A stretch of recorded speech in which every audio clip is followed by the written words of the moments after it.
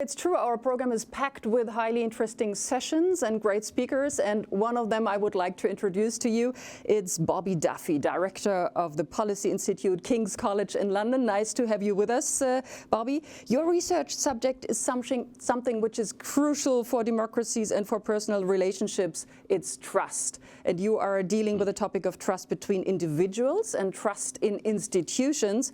And I'm wondering, in the current pandemic, Bobby, can you scientifically observe how trust changes in a crisis like this?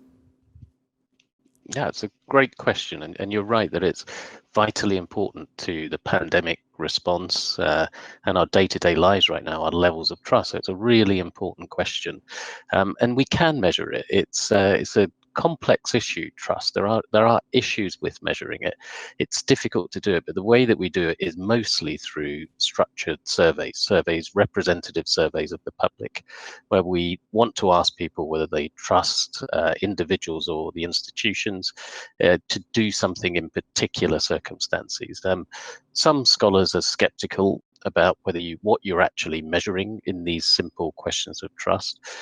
But when you look at trends over time using different measurement approaches, I think they are measuring something meaningful and valuable. So yes, through carefully constructed surveys with rigorous samples, I think we can measure something important about our levels of trust. I mean, it's not the only way in which we can get an idea of how trusting people are. It's really important too to look at people's behaviors, and in particular in these types of crisis situations, how people are acting as well as what they tell us is really important to observe. And in general, Bobby, do you think it's more difficult for people to trust each other? It's a great question, because we're fed a diet of endless stories of a new crisis of trust, that we're always just in some sort of crisis state where trust is collapsing in individuals or institutions. And the truth is, when you look at the long-term trends, there have been some declines in some countries, but it's a very stable pattern or even rising pattern of trust in some institutions, in some contexts. So we are probably over-exaggerating this sense of crisis of trust. And you can see that when you ask questions about people of, do you think trust is collapsing? We're much more likely to think trust is collapsing than it actually is in practice. So 64% of people say that people trust politicians less today than they did 30 years ago. Only 10% say they trust them more. But when you look at the trends, we were actually just as untrusting back in 30 years, 3 decades ago, as we are now. So we've got a sense of change, but it's not really changing as much as people think. You mentioned trust and policy. Can you tell us who are the most trusted and the least trusted groups in our society?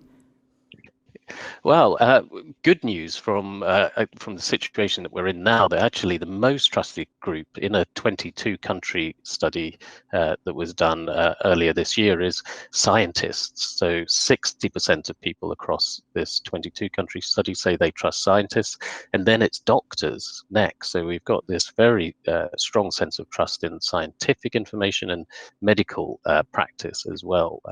Teachers come next, and then at the other end of the spectrum, you have politicians with, in this 22-country study, just 9% of the public trusting politicians, compared with 60% for professions like scientists. And then when you look at institutions, it tends to be the police and judiciary that come top. And at the other end of the spectrum on institutions, it is things like political parties and national government.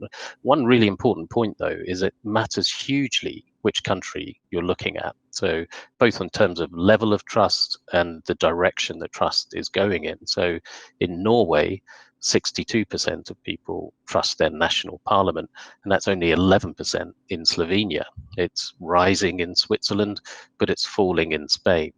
And on scientists, barely anyone has low levels of trust in Spain, but over 40% of the population in Bosnia say they have low trust in Spain, in scientists. So it is a point of being very specific. There's not one global trend or global measure of trust. It really depends on which country you're looking at and which profession or institution you're looking at. So what can science and scientific institutions do in order to increase their trustworthiness?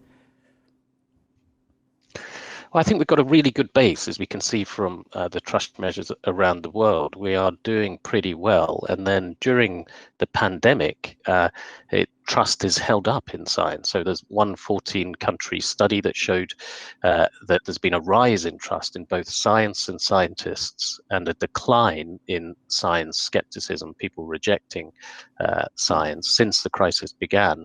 And we can see that across all sorts of different countries.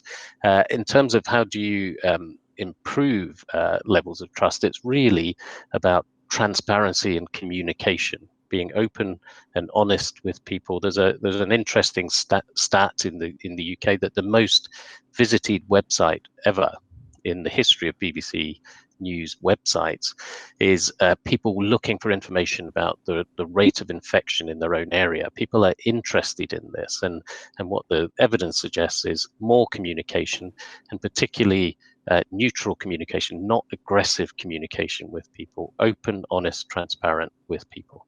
Mm-hmm.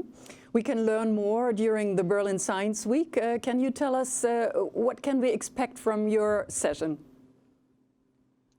Well, we will be looking at trust, trends in trust, what the future looks like on trust, given that it's so fundamental to the pandemic response, but not just the pandemic response. It's really vitally important to all sorts of big challenges that we look at, that we are facing as countries and as the world. Things like climate change relies very much on trust in scientific information. So we need to understand it better, and we're doing various studies around Europe and around the world on what determines levels of trust and how do you improve it. And in particular, we'll be talking about the underlying emotional drivers of trust. We need to understand those more carefully, how it's attached to our emotions and our identity and our values.